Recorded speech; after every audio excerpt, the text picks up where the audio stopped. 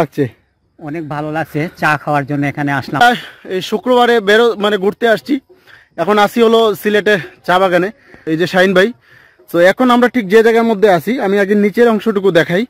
এই যে উপর থেকে নিচের অংশ কিন্তু চমৎকার, দারুণ লাগতেছে এবং বাস্তবে এটা আরও সুন্দর। তো আমরা উপরে উঠছি, তো এইখানে আসলে চা বাগান, এটা কিন্তু মনে হবে আসলে ফুল বাগান।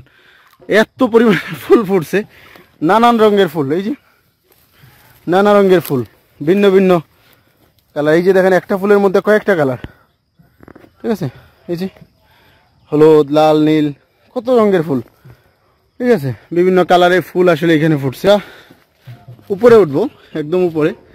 উপরে ওঠার পরে আসলে উপর থেকে বাগানের যে নিচের যে ভিউটা, সে ভিউটা সবাইকে দেখাবো। এবং যারা এই ভিডিওটা এখন দেখছেন, ঠিক আছে, ভিডিওটা যখন আপলোড করব, যখন যারা দেখবেন, সবাই ভালো লাগলো কিনা সেটা কমেন্টস করে জানাতে ভুলবেন না। আপনারা কমেন্ট করার কারণে যে ভিডিও ছাড়বো বিষয়টা এরকম না। ভিডিও ছাড়া আসলে ভ্রমণের যে অংশটুকুকে বন্দি করে, ক্যামেরা বন্দি করে রাখা, তো সেটুকু আমরা এমনিতেই করব। বাট তারপরে আপনারা কে কোথা থেকে দেখছেন এটা বললে হয়তো বা ভালো। সো এই যেন উপরে আছি, অনেক উপরে। এই উপর থেকে পাহাড়ের নিচের অংশ যদি দেখি আমরা, আসলে পাখির চোখে দেখতে হবে এরকম। এই যে সামনে যে জায়গাটুকু, এটা হলো একটা চা বাগানের ভিতরে, কিন্তু আসলে কাঁঠাল বাগান, ঠিক আছে? এইদিকে সূর্য মামা ওইদিকে আছে, তো আমরা সূর্যের বিপরীতে রাখলে আসলে দেখতে পারবো সুন্দরভাবে। ঠিক এই যে উপর থেকে নিচের অংশটুকু কিন্তু এরকম সুন্দর। সিলেটে প্রচুর চা বাগান আছে, শ্রীমঙ্গলে তো প্রচুর চা বাগান, এবং বাংলাদেশে দেখা গেল যে শীত মৌসুমেও সবচেয়ে বেশি তাপমাত্রা, আসলে শীতের যে -ডিগ্রি তাপমাত্রা যেটা, সেটা শ্রীমঙ্গলে রেকর্ড করা হয়। বৃষ্টি মৌসুমেও কিন্তু সর্বোচ্চ বৃষ্টিপাত সিলেটের শ্রীমঙ্গলেই মোটামুটি বলা যায় যে শ্রীমঙ্গলেই প্রায় বেশিরভাগ সময় এটা ধরা হয়। তো সেই সিলেটের প্রাণকেন্দ্র যেটা সিলেট শহর, সেই এই চা বাগানটা হলো লাক্ষাতুরা চা বাগান। এখানে লাক্ষাতুরা চা বাগানের আমি যে পাশে আছি, সেই পাশের বাম পাশে আসলে সিলেটে ইন্টারন্যাশনাল স্টেডিয়াম যেটা, এবং ডান পাশে আমি আছি। তো এই দিক থেকে বিস্তৃত, মানে আমার মানে যতটুকু যাবে, এইদিকে প্রায় 10-12 কিলোমিটারের মতো চা বাগান, একটার পর একটা টিলা পাহাড়। আবার এইদিকে যদি ধরি, এইদিকে হলো এই অংশের দিকে ধরলে, এইদিকে খুব বেশি দূর যাওয়া লাগবে না, তারপরে এই সিলেট এয়ারপোর্ট। আর এই অংশে হলো সিলেট ইন্টারন্যাশনাল স্টেডিয়াম, মাঝামাঝি আছি। আছেন শাহিন ভাইকে আমি আবারও ডাকবো ক্যামেরাতে।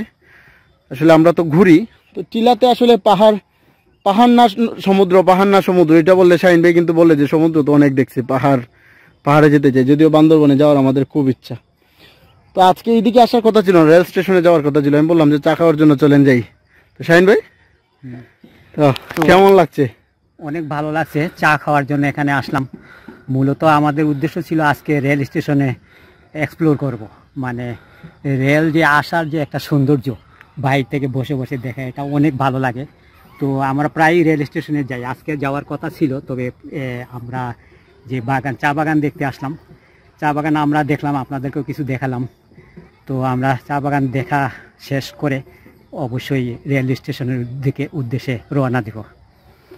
তো আসলে বিষয়টা হলো এইটা। তো আমি আর একটু বলি আপনাদেরকে, এই যে চা পাতা যেটা আমরা জানি, আসলে চা পাতা যে উত্তোলন করে সেইটা কিভাবে, আসলে একটি করে দুটি পাতা, এই হিসাবে কিন্তু আসলে চা পাতাটা উত্তোলন করে। এই যে দেখেন, আমি যদি এটাকে ধরি, এই যে 3টা পাতা, উপরেরটা হলো কুড়ি আর নিচের 2টা হলো পাতা, তাহলে একটি কুড়ি দুটি পাতা, এইভাবেই কিন্তু আসলে চা পাতা, যারা যখন চা পাতা এখন কিছু সময় পরেই আসলে এই মাসেই চা পাতা তারা সংগ্রহ করবে, কারণ মোটামুটি সব দিকেই চা পাতা নতুন পাতা গজায় ফেলছে।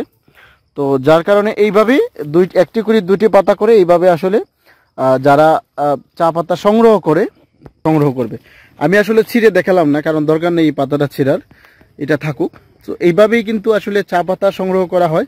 তারপরে সেই চা পাতাটা মেশিনে নিয়ে প্রক্রিয়াজাত করে একটা সময় আমাদের কাছে আসতে কিন্তু অনেকটা সময় লাগে, এবং তার ভিতরে অনেকটা প্রক্রিয়া হয়, অনেকটা প্রসেসিং শেষ করে আসলে চা পাতাটা আমাদের মধ্যে আসে। এই চা পাতা থেকে কিন্তু আসলে চা উৎপাদন করা হয়, যেটা আমরা কি এই চা পাতাগুলাই থেকেই কিন্তু আসলে উৎপাদন হয়। দেখা গেল বাংলাদেশের সবচেয়ে বেশি চা বাগান কিন্তু আসলে সিলেটেই। সিলেট শহরে তো আছেই, শ্রীমঙ্গলে তো প্রচুর পরিমাণে, মৌলভীবাজার, শ্রীমঙ্গল, সিলেট শহর, এদিকে জাফলংয়ে গেলে ওইদিকেও কিন্তু চা বাগান, সমতল ভূমির চা বাগান আছে। অন্যান্য জায়গার দিকে কিন্তু এই চা বাগানগুলো খুব কম।